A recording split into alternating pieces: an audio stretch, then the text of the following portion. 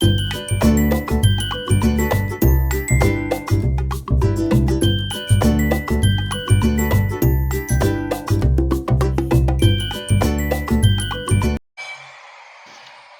ನನ್ನ ಹಿಂದೆ 2 ಬ್ಲಾಗ್‌ಗಳನ್ನ ಅಪ್ಲೋಡ್ ಮಾಡಿದ್ದೆ. ಇಂಟೀರಿಯರ್ ಬ್ಲಾಗ್‌ಗಳಾಗಿರುತ್ತೆ. ಸೊ ಅದೇ ಬ್ಲಾಗು ಇದು ಕಂಟಿನ್ಯೂ ಆಗಿರುತ್ತೆ ಫ್ರೆಂಡ್ಸ್. ಇದು ಎಂಡಿಂಗ್ ಬ್ಲಾಗ್ ಆಗಿರುತ್ತೆ ನಮ್ಮನೆ ಇಂಟೀರಿಯರ್‌ದು. ಸೊ ಖುಷಿ ಆಗುತ್ತೆ ನಿಮ್ಮ ಹತ್ರ ಶೇರ್ ಮಾಡ್ಕೊಳ್ಳೋದಕ್ಕೆ. ನಾವು ಮನೆ ಕಟ್ಟುವಾಗ ನಾನಿನ್ನೂ ಯೂಟ್ಯೂಬ್ ಓಪನ್ ಮಾಡಿರ್ಲಿಲ್ಲ. ಸೊ ತುಂಬಾ ಮಿಸ್ ಮಾಡ್ಕೊಂಡೆ. ಆ ಒಂದು ಸ್ಟ್ರಗಲ್‌ನ ನಿಮ್ಮ ಹತ್ರ ಈ ವ್ಲಾಗಲ್ಲಿ ನಾನು ಶೇರ್ ಮಾಡ್ತಾ ಹೋಗ್ತೀನಿ.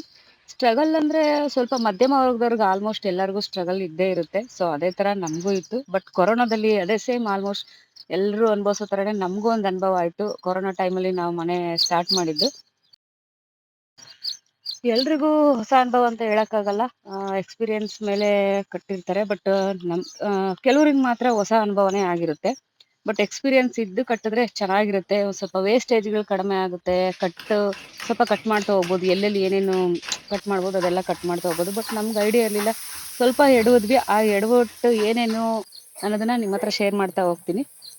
ಸೊ ನಮ್ಮ ಕಡೆ ಪುರಿ ಉಸ್ಲಿ ತಿಂಡಿಗೆ ಮಾಡ್ಕೊಂತೀವಿ. ತುಂಬಾ ಚೆನ್ನಾಗಿರುತ್ತೆ. ಯಾವಾಗ್ಲೂ ಪುರಿ ಇಲ್ಲಿ ಟೊಳ್ ಪುರಿ ಅಂತ ಸಿಕ್ತಿತ್ತು. ಅದು ನನಗೆ ಇಷ್ಟನೇ ಆಗ್ತಿರ್ಲಿಲ್ಲ. ಅದ್ರಲ್ಲಿ ಚೆನ್ನಾಗೇ ಆಗ್ತಿರ್ಲಿಲ್ಲ. ಸೊ ಹಂಗಾಗಿ ಆ ತಿಂಡಿನೇ ಮಾಡೋದು ಬಿಟ್ಬಿಟ್ಟಿದ್ದೆ.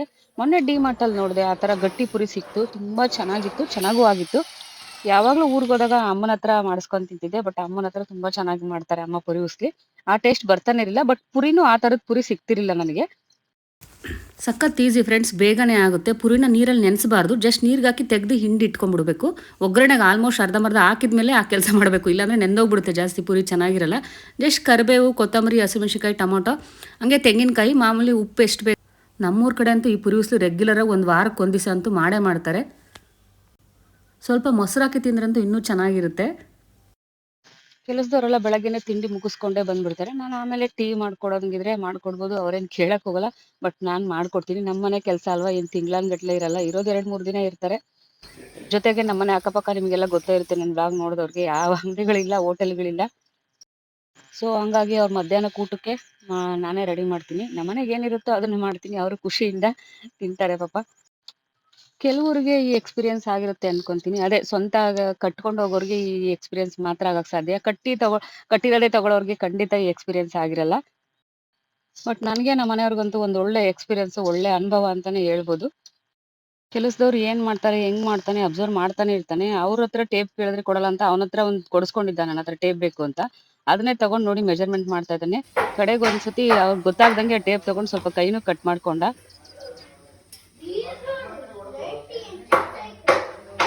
ಕೊತ್ತಂಬರಿ ಸೊಪ್ಪು, ಕರಿಬೇವಿನ ಸೊಪ್ಪು, ಬೆಳ್ಳುಳ್ಳಿ, ಶುಂಠಿ.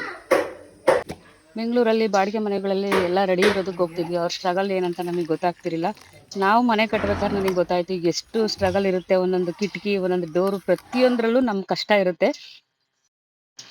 ಜೊತೆಗೆ ನನ್ನ ಪುಟಾಣಿ ಚಿಕ್ಕವನು 1 ವರ್ಷ 1.5 ವರ್ಷ ಅಂದ್ಕೊಂತೀನಿ. ಅಷ್ಟು ಚಿಕ್ಕವನಿಗೆ ಇಟ್ಕೊಂಡು, ನಮ್ಮನೆಯವ್ರಿಗೆ ಪುಣ್ಯಕ್ಕೆ ನಾವು ಅವಾಗಿನ್ನೂ ಗಾಡಿ ತಗೊಂಡಿರಲಿಲ್ಲ.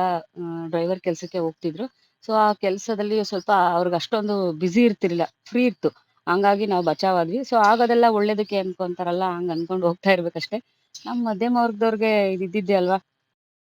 ಸೊ ನಮ್ಮ ಪಾಲಿಗೆ ಇವಾಗ ಇದೊಂದು ಮನೆಯೇ ಇರೋದು, ಮನೆಯೇ ಇರುತ್ತೆ ಅನ್ಕೊಂಡಿದೀನಿ. ಸೊ ಕೆಲವರು ಹೇಳ್ತಾರೆ ಪ್ಲಾನಿಂಗ್ ಇರಬೇಕು, ಪ್ಲಾನಿಂಗ್ ಇದ್ರೆ ಈ ತರ ಪ್ರಾಬ್ಲಮ್ ಆಗಲ್ಲ ಅಂತ. ಬಟ್ ಎಲ್ಲರಿಗೂ ಅದು ಅನ್ವಯ ಆಗಲ್ಲ. ಪ್ಲಾನ್ ಮಾಡ್ಕೊಂಡು ಕೂತ್ಕೊಂಡ್ರೆ ಯಾವುದೂ ಆಗಲ್ಲ. ಸೊ ನಾವು ಸ್ವಲ್ಪ ಆದಷ್ಟು ಲೈಫ್ ಹೆಂಗ್ ಬರುತ್ತೋ ಹಂಗ್ ತಗೊಂಡು ಹೋಗ್ತಾ ಇರೋದು ಅನ್ನೋದು ನಮ್ಮ ಮೆಂಟಾಲಿಟಿ. ಸೊ ಇವಾಗ ಚೆನ್ನಾಗಿದೀವ, ಸೊ ಅಷ್ಟೇ ಅನ್ನೋ ಅಂತ ಮನಸ್ಥಿತಿ ಇಟ್ಕೊಂಡ್ಬಿಟ್ಟಿದೀನಿ ನಾನು. ಸೊ ಆದಷ್ಟು ನಾನು ಹೇಳೋದೇನಪ್ಪಾ ಅಂದ್ರೆ, ಸಾಲ ಮಾಡಿ ಮನೆ ಕಟ್ಟೋದಕ್ಕೆ ಹೋಗ್ಬೇಡಿ ದಯವಿಟ್ಟು. ಬಟ್ ಮಧ್ಯಮ ವರ್ಗದವ್ರಿಗೆ ಏನ್ ಮಾಡಕ್ಕಾಗಲ್ಲ. ಅದು ಬೆಂಗಳೂರು ಅಂತ ಸಿಟಿನಲ್ಲಿ ಕಮಿಟ್ಮೆಂಟ್ಸ್ಗಳು ಮಾಡ್ಕೊಳ್ಳೇಬೇಕು.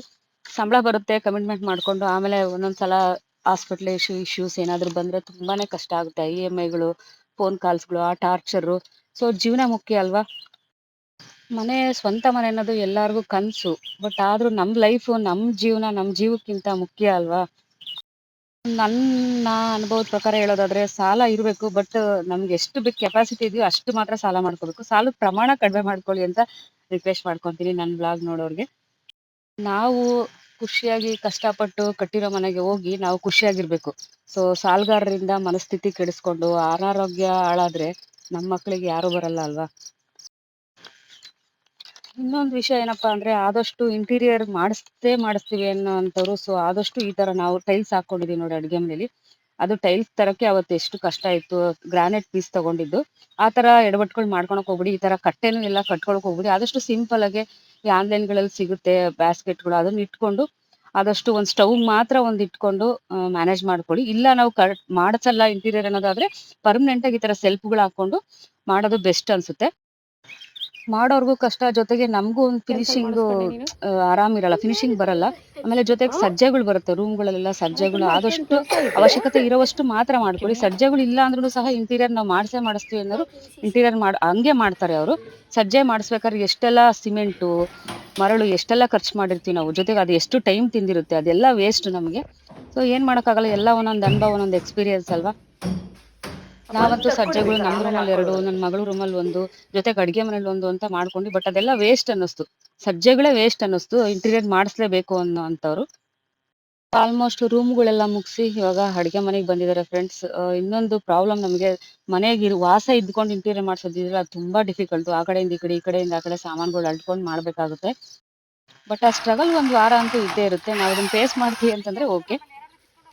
ಕೆಲವು ಸಲ ಮನೆ ಕಟ್ಟೋ ಅಷ್ಟೊತ್ತಿಗೆ ಸುಸ್ತಾಗಿರ್ತೀವಿ, ಮನೆಗೆ ಹೋದ್ರೆ ಸಾಕಪ್ಪ ಅನ್ನಂಗಾಗಿರುತ್ತೆ. ಸೊ ಹಂಗಾಗಿ ಇಂಟೀರಿಯರ್ ತಂಟೆಗೆ ಹೋಗಕ್ ಹೋಗಲ್ಲ. Natural without chemical. ಆಮೇಲೆ ನಾಟಿ ನುಗ್ಗೆಕಾಯಿ, ಮೊದಲನೇ ನುಗ್ಗೆಕಾಯಿ, ಎಷ್ಟಾಯ್ತು, ಒಂದು ವರ್ಷ ಆಯ್ತು ಅನ್ಸುತ್ತೆ ಗಿಡ ಹಾಕಲ್ವೇನೆ, 1 ವರ್ಷ ಆಯ್ತು. ಅಕ್ಕ ತಮ್ಮ ಎಲ್ರ ಮನೇಲೂ ಅಷ್ಟೇ ಅನ್ಸುತ್ತೆ, ಎಷ್ಟು ಕಿತ್ತಾಡ್ತಾರೋ ಅಷ್ಟು ಚೆನ್ನಾಗಿರ್ತಾರೆ. ಬಟ್ ಅವ್ರ ಮಧ್ಯೆ ಹೋದವ್ರು ಮಾತ್ರ ಕೆಟ್ಟವ್ರಾಗ್ಬಿಟ್ಟೈತೆ.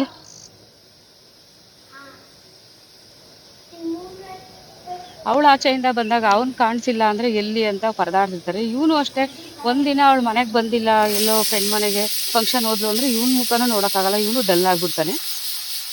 ಈ ಮಕ್ಳೇ ಅಷ್ಟೇ ಅನ್ಸುತ್ತೆ, ನಮ್ಮ ಎದುರುಗಡೆ ಆಟ ಆಡ್ಕೊಂಡಿದ್ರೆ ನಾವು ನೋಡ್ತಾ ಇರ್ತೀವಿ ಏನ್ ಮಾಡ್ತಾ ಇದಾರೆ ಅಂತ. 1 ನಿಮಿಷ ಕಾಣಿಸಿಲ್ಲ ಅಂದ್ರೆ ಅವ್ರೇನೋ ಬಿಸಿ ಇದ್ದಾರೆ, ಏನೋ ಕಿತಾಪತಿ ಮಾಡ್ತಿದ್ದಾರೆ ಅಂತ. ಸೊ ನೋಡೋಣ ಅಂತ ಆಚೆ ಬಂದ್ರೆ ಸೈಲೆಂಟ್ ಆಗಿ ನಮ್ಮ ಹುಡುಗ ಎಲ್ಲ ಆಚೆ ಇಟ್ಟಿದ್ವಿ, ನಮ್ಮ ಮನೆಯವರು ಆಯಿಲ್ಸ್, ಕೊಬ್ಬರಿ ಎಣ್ಣೆ, ಹಳ್ಳೆಣ್ಣೆ ಅದೆಲ್ಲ ಬಾಟ್ಲ್ಗಳು ಆಚೆ ಇಟ್ಬಿಟ್ಟಿದ್ರು. ಇವನ್ ಏನ್ ಮಾಡಿದಾನೆ, ಎಲ್ಲ ನೀರು ಮಣ್ಣು ಎಲ್ಲ ಹಾಕಿ ಎಲ್ಲ ಒಂದ್ ಮಾಡ್ಬಿಟ್ಟಿದ್ದಾನೆ. ಸೊ ಹೋಗಿ ನೋಡಿದ ತಕ್ಷಣ ಅವ್ನಿಗೆ ಭಯ ಆಗೋಯ್ತು, ಸಿಗಾಕೊಂಡ್ಬಿಟ್ಟೆ ಅಂತ. ಅವ್ನ ಮುಖ ನೋಡಿ ಹೆಂಗಿದೆ.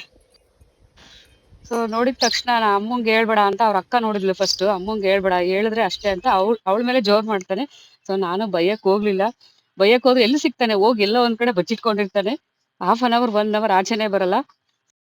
ಒಂದ್ಸಲ ನಾವು ಬಾಡಿಗೆ ಮನೆಗೆ ಲೀಸ್ ಮನೆಗಿದ್ದಾಗ ನಮ್ಮ ಫ್ರೆಂಡ್ ಶ್ರುತಿ ಅವ್ರ ಮಗ, ಅವನ ಹೆಸರು ಜ್ಞಾಪಕ ಬರ್ತಿಲ್ಲ, ಅವ್ರು ನನ್ನ ಹತ್ರ ಆಚೆ ಮಾತಾಡ್ತಾ ಇದ್ರು. ಆ ಸೈಕಲ್ ಗ್ಯಾಪಲ್ಲಿ ಅವ್ರು ಹೋಗಿ ನೋಡೋ ಅಷ್ಟೊತ್ತಿಗೆ ಇರೋ ಪೌಡರ್ ಎಲ್ಲ ಫಿಶ್ ಟ್ಯಾಂಕ್ ಒಳಗಡೆ ಹೋಯ್ಬಿಟ್ಟಿದ್ದ ಫುಲ್. ಅದಕ್ಕೆ ಜ್ಞಾಪಕ ಬಂತು ನನಗೆ, ಹೌದಲ್ವಾ ಇಷ್ಟು ಕಿತಾಪತಿ ಮಾಡ್ತಾರೆ ಅಂತ ಅನ್ಸ್ತು.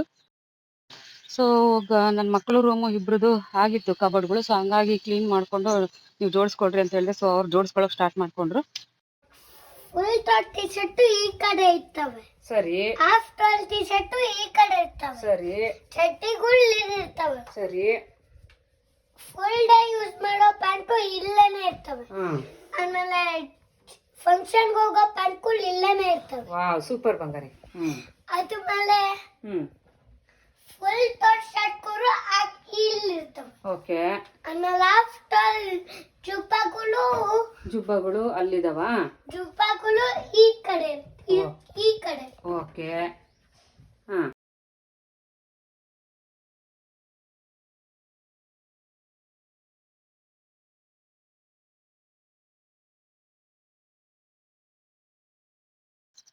ಅವ್ರದೆಲ್ಲ ಒಂದು ಕಬೋರ್ಡಲ್ಲಿ ಇರೋದ್ರಿಂದ ಇಲಿಗಳು ಏನು ಕಡ್ದಿರಲಿಲ್ಲ. ನಮ್ದು ಕೆಳಗಡೆ ಗ್ರೌಂಡ್ ಫ್ಲೋರ್ ಆಗಿರೋದ್ರಿಂದ ಇಂಟೀರಿಯರ್ ಮನೆ ಆಗಿರುತ್ತೆ ನಮ್ದು.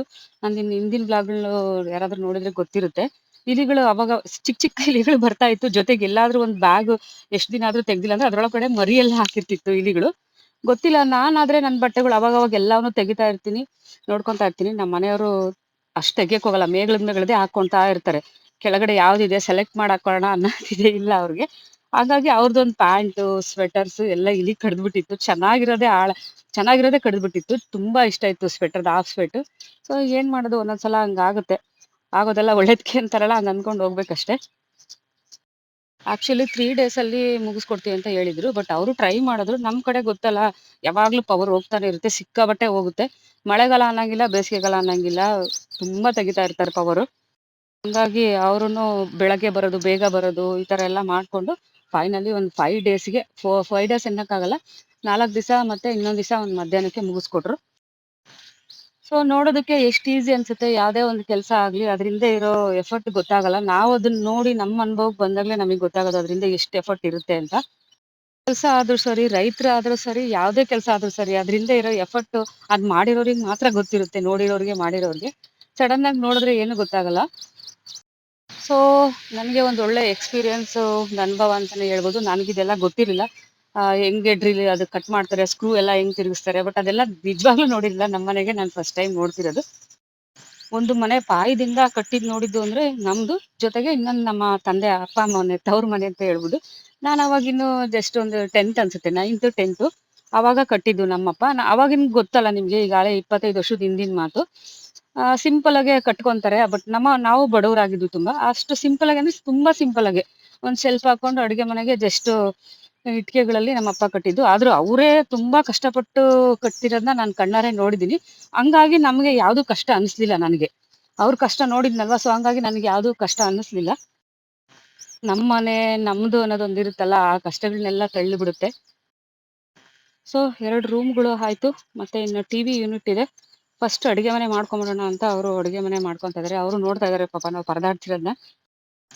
ತುಂಬಾ ಕನ್ಫ್ಯೂಷನ್ಸ್ ಇರುತ್ತೆ, ಯಾರಿಗೂ ಹೇಳ್ಬೇಕು ಕೇಳ್ಬೇಕು ಅಂತ ಇನ್ನೊಂದ್ಸಲ.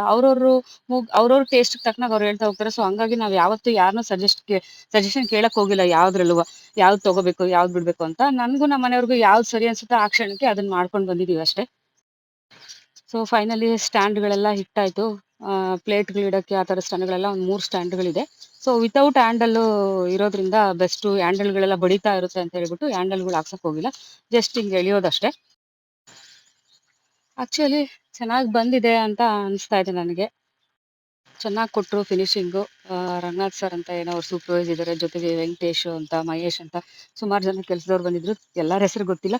ತುಂಬಾ ಚೆನ್ನಾಗಿ ಮಾಡ್ಕೊಟ್ರು, ನೀಟಾಗಿ ಬೇಗ ಬೇಗ ಮಾಡ್ಕೊಟ್ರು, ಇಂಟ್ರೆಸ್ಟ್ ಇಂದ. ಇದೆಲ್ಲ ಗ್ಲಾಸ್ ಬೇಳೆಗಳು, ಗ್ಲಾಸ್ನವ್ ಇದಾವಲ್ಲ ಅದನ್ನೆಲ್ಲ ಇಟ್ಕೊಳಕ್ಕೆ ಅಂತ ಇದು ಮಾಡಿಸ್ಕೊಂಡ್ವಿ. ಇದಷ್ಟೇ ನೋಡಿ, ಜಸ್ಟ್ ಡೋರ್ ಹಿಂಗ್ ಓಪನ್ ಮಾಡಿದ್ರೆ ಒಂದು ಹಾಫ್ ಹೋದ್ರೆ ಸಾಕು, ಅದು ಆಟೋಮೆಟಿಕ್ ಹಂಗೆ ಹೋಗ್ಬಿಡುತ್ತೆ. ಸೊ ಆದಷ್ಟು ಹೊಸದಾಗಿ ಮನೆ ಕಟ್ಟೋರ್ಗೆ ಹೇಳೋದಿಷ್ಟೇ, ಅಲ್ಲಿ ಪ್ಲಾನ್ ಮಾಡ್ಕೊಂಡು ಏನು ವೇಸ್ಟ್ ಮಾಡದೆ, ಈ ಸಜ್ಜೆಗಳಾತು, ಅಡುಗೆ ಮನೆಲಾತು, ಇಂಟೀರಿಯರ್ ಇಲ್ಲ ವೆಯ್ಟ್ ಮಾಡ್ತೀವಿ ಅನ್ನೋಂಗಿದ್ರೆ ಸ್ವಲ್ಪ ವೆಯ್ಟ್ ಮಾಡ್ಬಿಟ್ಟು ಇಂಟೀರಿಯರ್ ಎಲ್ಲ ಮಾಡಿಸ್ಕೊಂಡೆ ಮನೆಗೆ ಬನ್ನಿ. ಮನೆಗೆ ಬಂದ್ಮೇಲೆ ಮಾಡಿಸ್ಕೊಳ್ಳೋದು ತುಂಬಾನೇ ರಿಸ್ಕ್ ಇರುತ್ತೆ. ಇಲ್ಲಪ್ಪ ನಮಗೆ ಪರವಾಗಿಲ್ಲ ಅಡ್ಜಸ್ಟ್ ಮಾಡ್ಕೊಂತೀವಿ, ಒಂದು ವಾರ ಅಷ್ಟೇ ಸೆಟ್ರೇಟ್ ಆಗ್ಬಿಡುತ್ತೆ, ಮತ್ತೆ ಆಸ್ ಯೂಶುವಲ್ ಯಥಾಸ್ಥಿತಿ ಬಂದ್ಬಿಡುತ್ತೆ. ಸೊ ಏನಪ್ಪ ಇದು ಒತ್ತಿ ಒತ್ತಿ ಹೇಳ್ತಾರೆ, ಮನೆ ಕಟ್ಲೇಬಾರ್ದಾ, ಇಲ್ಲ ಹಂಗೆ ಇರೋದಕ್ಕಿಂತ ಸುಮ್ಮನೆ ಒಂದು ಕಟ್ಕೊಂಡು ಹೋಗೋದು ಬೆಸ್ಟ್ ಅಲ್ವಾ ಅನ್ನೋಂಥವ್ರು ಮೆಂಟಾಲಿಟಿ ಇರೋರು ಕಟ್ಕೊಂಡು ಹೋಗ್ಬೋದು. ಫೈನಲಿ ನಮ್ಮ ರೂಮ್ಗಳ್ನು ಎಲ್ಲ ಫಿನಿಶಿಂಗ್ ಆಯ್ತು. ಆಮೇಲೆ ಕ್ಲೀನ್ ಮಾಡ್ಕೊಡ್ತಾ ಇದ್ದಾರೆ. ಕ್ಲೀನ್ ಮಾಡ್ಕೊಟ್ಮೇಲೆ ನಿಧಾನಕ್ಕೆ ಜೋಡಿಸ್ಕೊಳ್ಳೋಣ. ಫಸ್ಟ್ ನನಗೆ ಅಡುಗೆ ಮನೆ ಇರೋದು ಮೇಯ್ನ್, ತಿನ್ನೋದಕ್ಕೆ ಅಡುಗೆ ಮನೆ ಒಂದು ಆದರೆ ಸಾಕು ಅಂತ ಹೇಳ್ಬಿಟ್ಟು ಅದನ್ನೆಲ್ಲ ಕ್ಲೀನ್ ಮಾಡ್ಕೊಳಕ್ಕೆ ಸ್ಟಾರ್ಟ್ ಮಾಡಿದೆ. ಜೊತೆಗೆ ಹಂಗೆ ನನ್ನ ಪುಟಾಣಿ ಏನು ಮಾಡ್ತೀನಿ ಅಂತ ನೋಡಿದ್ರೆ, ಏನೋ ಒಂದು ಮಾಡ್ತಾನೆ ಇರ್ತಾನೆ ಅವನು. ಸ್ಪ್ಯಾನರು, ಸ್ಕ್ರೂ ಡ್ರೈವರ್ ಆ ಥರದ್ದೆಲ್ಲ ಒಂದು ಬ್ಯಾಗಲ್ಲಿ ಇಟ್ಟಿರ್ತೀವಿ, ಅದ್ರಲ್ಲಿ ತೆಗೆದು ಏನಿದೆ ಏನಿಲ್ಲ ಅಂತ ನೋಡ್ತಾ ಇದ್ದಾನೆ. ಏನೇ ಅವನದು ತಲೆ ಹೆಂಗ್ ಬರುತ್ತೋ ಅದನ್ನು ಯೂಸ್ ಮಾಡ್ಕೊಂಡು ಏನೇನೋ ಕಿತಾಪತಿ ಮಾಡ್ತಿರ್ತಾನೆ. ಸೊ ಫ್ರೆಂಡ್ಸ್ ಸಪೋರ್ಟ್ ಮಾಡಿ, ಹಾಗೆ ಫ್ರೆಂಡ್ಸ್ಗೆಲ್ಲ ಶೇರ್ ಮಾಡಿ. ವ್ಲಾಗ್ ಇಷ್ಟ ಆದರೆ ಒಂದು ಲೈಕ್ ಮಾಡಿ, ಕಮೆಂಟ್ಸ್ ಮಾಡಿ. ನಾನು ಹಿಂದೆ ಇನ್ನೂ 2 ಬ್ಲಾಗ್ ಹಾಕಿರ್ತೀನಿ ಇಂಟೀರಿಯರ್ದು, ಯಾರಿಗಾದ್ರೂ ನೋಡ್ಬೇಕು ಅನ್ಸಿದ್ರೆ ಹೋಗಿ ನೋಡಿ ಚೆಕ್ ಮಾಡಿ. ಚಿಮ್ನಿನೂ ಸಹ ತಗೊಂಡಿರಲಿಲ್ಲ, ಸೊ ಚಿಮ್ನಿ ತಗೊಳ್ಳೇಬೇಕು ಅಂತ ಹೇಳ್ಬಿಟ್ಟು ಚಿಮ್ನಿಗೆ ಹೋಲ್ ಮಾಡ್ತಾ ಇದ್ದಾರೆ. ಫೈನಲಿ ಈ ಲಾಸ್ಟ್ ಕೆಲಸ ಅಂತಾನೆ ಹೇಳ್ಬೋದು. ಇಂಟೀರಿಯರ್ ಚಿಮ್ನಿ ಇರಲೇಬೇಕು ಫ್ರೆಂಡ್ಸ್, ಇಲ್ಲಾಂದ್ರೆ ತುಂಬಾ ಗಲೀಜಾಗುತ್ತೆ, ಅಂಟಂಟಾಗುತ್ತೆ, ಉಜ್ಜು ತುಂಬಾ ಕಷ್ಟ. ಅದಕ್ಕೋಸ್ಕರ ಇಷ್ಟ ಹೇಳ್ತಾ ನಾನು ಬ್ಲಾಗ್ನ ಹೆಂಡ್ ಮಾಡ್ತಾ ಇದ್ದೀನಿ ಫ್ರೆಂಡ್ಸ್. ನಿಮಗೆಲ್ಲ ಇಷ್ಟ ಆಗಿದೆ ಅನ್ಕೊಂತೀನಿ. Thank you for watching. Next blog ಸಿಗೋಣ. ಬಾಯ್ ಬಾಯ್.